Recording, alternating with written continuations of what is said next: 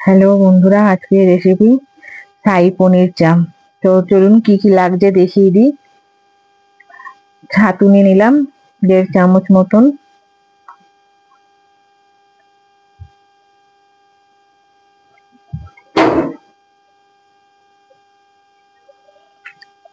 আমি লাল লঙ্কার গুঁড়ো নিয়ে নিলাম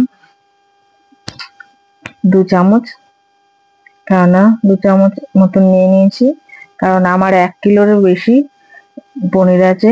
ধনের গুঁড়ো নিলাম, ধনের গুঁড়ো 2 চামচ নিলাম,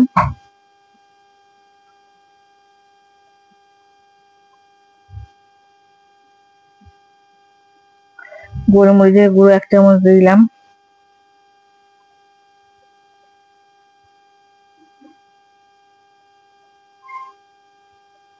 কাশ্মীরি লঙ্কার গুঁড়ো দিয়ে দিচ্ছি পরিমাণ মতো। এটা ঝাল হয় না, শুধু কালারের জন্য।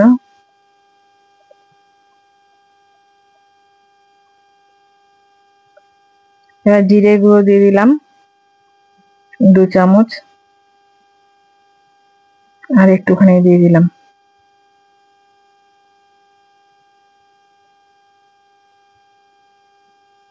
আরো 1 চামচ দিয়ে দিলাম। মোটমাট আমি 3 চামচ দিয়েছি। আর ওটা হচ্ছে গরম মশলার গুঁড়ো দিলাম,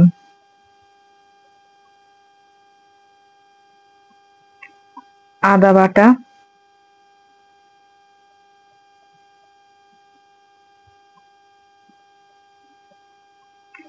আমি পোস্ত, চার মগজ আর কাজু বাদাম আর পোস্ত বাটা দিয়ে দিলাম।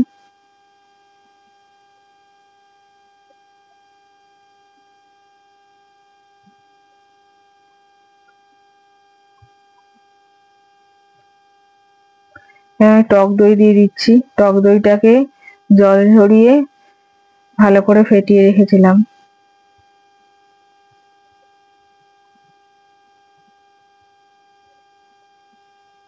এবার এগুলোকে ভালো করে মিশিয়ে নিতে হবে।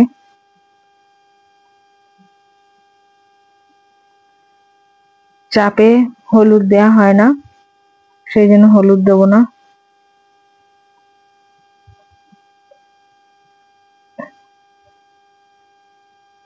একটু রোজ ওয়াটার, এটা কেওড়া জল, তো রোজ ওয়াটার দেবো।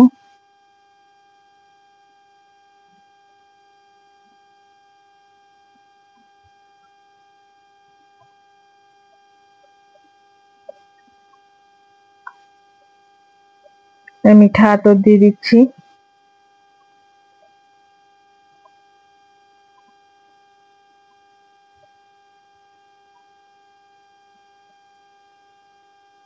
নুন দিয়ে দিচ্ছি,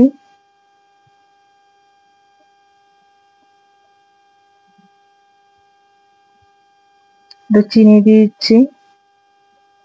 টক দই দিয়েছি সেই জন্য ব্যালেন্সের জন্য একটু চিনি দিয়ে দিলাম। ভালো করে ম্যারিনেট করে নেবো পনির দিয়ে।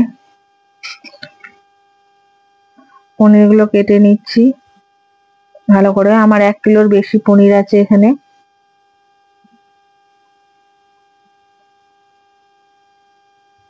পনির গুলো সব কেটে নিয়েছি বড় বড় পিস করে।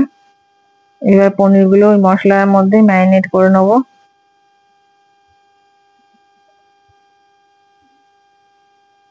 সব পনিরটা আমি অর্ধেক মশলা নিলাম আগে, অর্ধেকটা ম্যারিনেট করব, তারপরে আবার, কেননা একবারে ম্যারিনেট করতে গেলে অসুবিধা হবে। আমি এইভাবে সবগুলো পনির ম্যারিনেট করে নেবো। যারা যারা আমার ভিডিওটা দেখছেন তারা তারা ভিডিওটা সাবস্ক্রাইব করে দেবেন, লাইক করবেন, কমেন্ট করবেন। আমার ম্যারিনেট করা হয়ে গেছে। এবার একটা কড়াই বসিয়ে নিয়েছি। এবার কড়াইয়ের মধ্যে পরিমাণ মতন তেল দিয়ে দিচ্ছি। এবার খানিকটা ঘি দিয়ে দেবো।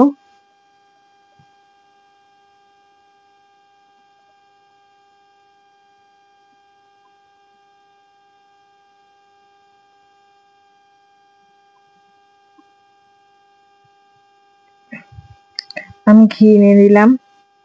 এবার এটাকে ঘিটা গলা অবধি আমাকে অপেক্ষা করতে হবে। তারপরে এক একটা করে পনির নিয়ে পনিরগুলোকে ভাজতে হবে।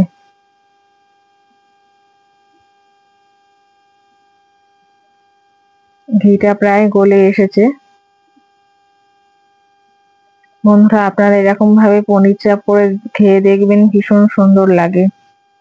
তো আমার তেলটা পুরো ঘি গলে গেছে, তেলও গরম হয়ে গেছে।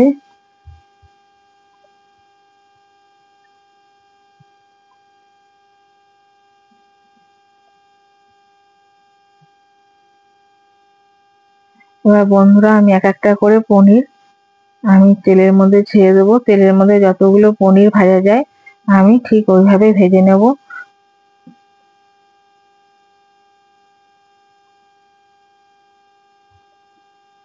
আমি আস্তে আস্তে করে পনিরগুলো ছাড়বো, কেননা পনির খুব নরম, ভেঙে যাবে।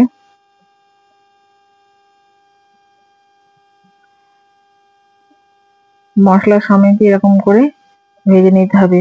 হ্যাঁ, মশলা অতিরিক্ত যেগুলো থাকবে সেগুলো হাত দিয়ে করে রেখে দেবেন মশলার বাটিতে যেখানে পনির আছে। পরে ওটা মশলাটা কষিয়ে নেবেন। যে আমি মশলাগুলো ছাড়িয়ে আস্তে আস্তে করে ভেজে নেব। প্রত্যেকটা ব্যাচ এরকম করে আমি ভেজে নেব, যতক্ষণ না সবকটা পনির ভাজা হয়ে যাবে ততক্ষণ এরকম করে আমি ভেজে নেব।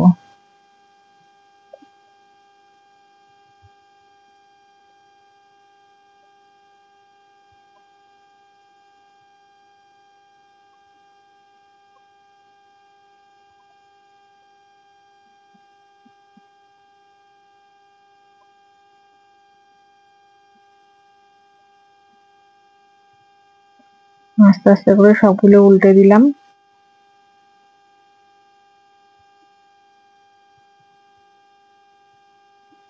এরকম আপনারাও আস্তে আস্তে করে করবেন, নাহলে পনিরগুলো ভেঙে যেতে পারে।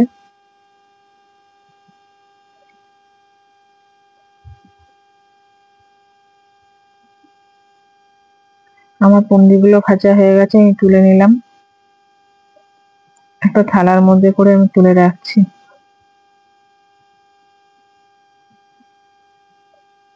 আমি সবকটা পনির এরকম করে ভেজে নিয়েছি, দেখুন ভেজে তুলে রেখেছি। এবার আমি ওই পনিরের মশলার মধ্যেই আমি আর বাদ বাকি যে মশলাটা ছিল সেইগুলো দিয়ে দিলাম। পনিরের গায়ে অতিরিক্ত যে মশলাগুলো ছিল সেইগুলো আমি এখন দিয়ে দিচ্ছি। দিয়ে এবার কষিয়ে নেব ভালো করে।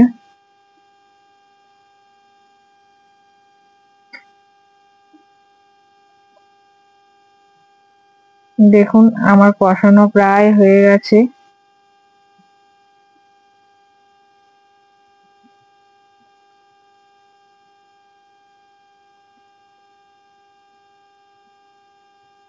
যা গন্ধ সুন্দর বেরিয়েছে মশলার!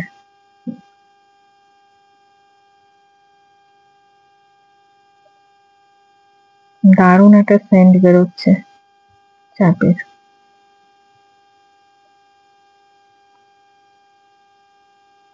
পুরো বাড়িটা গন্ধে ভরে গেছে, একটা মিষ্টি গন্ধে।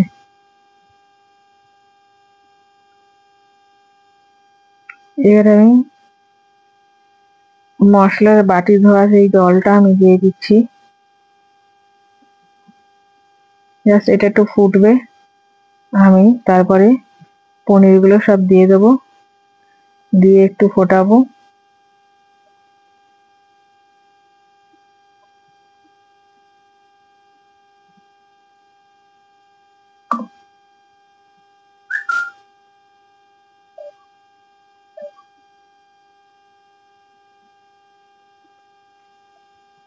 এবার আমি পনিরগুলো দিয়ে দেবো, ভেজে রাখা পনিরগুলো সব একটা একটা করে ছেড়ে দেবো। তাড়াহুড়ো করবেন না এই স্টেজে, পনিরগুলো একটু আস্তে আস্তে দেবেন। আর যা করবেন এখন আলতো হাতে করবেন, খুব বেশি নাড়ানাড়ি করার দরকার নেই। দেখুন আমি সব পনিরগুলো দিয়ে দিয়েছি। দেখুন কত সুন্দর কালার এসেছে।